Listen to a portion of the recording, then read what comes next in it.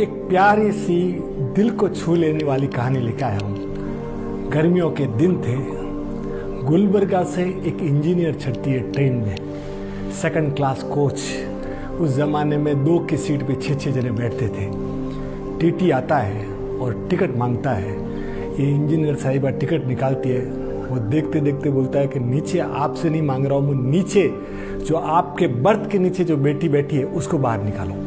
तो वो भी चौंक जाती है और देखती है एक छोटी बच्ची 13-14 साल की डर के मारे कांपती हुई बर्थ के नीचे बैठी है। वो बाहर बोलती है कि तेरा टिकट कहाँ है? तो उसके पास तो कोई टिकट नहीं होता है।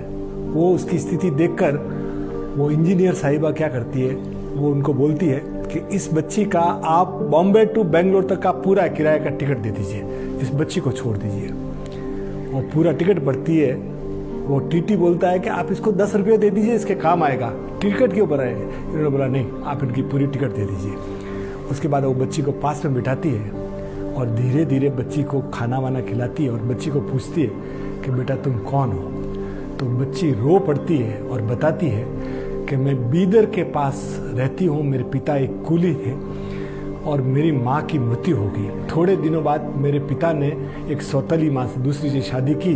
अभी मेरे पिता की भी मृत्यु हो गई और मेरी सौतेली माँ मुझे बहुत तंग करती है और मैं घर पे रहने की स्थिति में नहीं हूँ। और वो रोने लगी। तो इन्होंने उसको सांत्वना दी। बेंगलोर स्टेशन आ गया। इंजीनियर साहिबा नीचे उतरी और अपनी कार में बैठ गई, पर वो शीशे से देखती है कि वो बच्ची दूर खड़ी रो रही है। इनसे रहा नहीं जाता। ड्राइवर को बोलती है कि उस बच्ची को लाओ, मेरे कार में बिठा दो। और कार में जैसे बिठाता है, आप सुन के ताज्जुब करेंगे, वो इंजीनियर कौन थी मालूम है? वो इंजीनियर है सुधा नारायण मूर्ति, इन्फोसिस की मालकिन नारायण मूर्ति की मिसेस, और दुनिया में इनको खुद को पद्मश्री मिला हुआ है। वो बच्ची को लाते हैं। लाने के बाद वो सीधा एक शेल्टर होम जो इनके खुद के द्वारा चलाया जाता है, वहाँ एक मिस्टर राम होते हैं, उनको बोलते हैं कि बच्ची को संभालना। बच्ची की पढ़ाई में रुचि देखकर राम बोलते हैं कि मैडम ये पढ़ाई करना चाहती है। तो मैम बोलती है कि इसको पढ़ाई का मैं स्पॉन्सर कर देती हूँ, इसको पढ़ाई करा दो। पढ़ाई कराते हैं। उसके बाद जब कॉलेज का समय आता है तब ये बोलती है कि मुझे आत्मनिर्भर बनना है, मैं कंप्यूटर का डिप्लोमा करूँगी। मैं ये बोलती भी है कि तू हायर स्टडीज़ का भी मैं स्पॉन्सर कर देती हूँ। बोले नहीं, मैं खुद कंप्यूटर। और वो 3 साल कंप्यूटर कोर्स करती है बच्ची, और वो लेटर लिखती रहती है। और वो बच्ची बाद में एक दिन इनको समाचार देती है कि मुझे यूएस से कॉल आया है और मैं यूएस जा रही हूँ।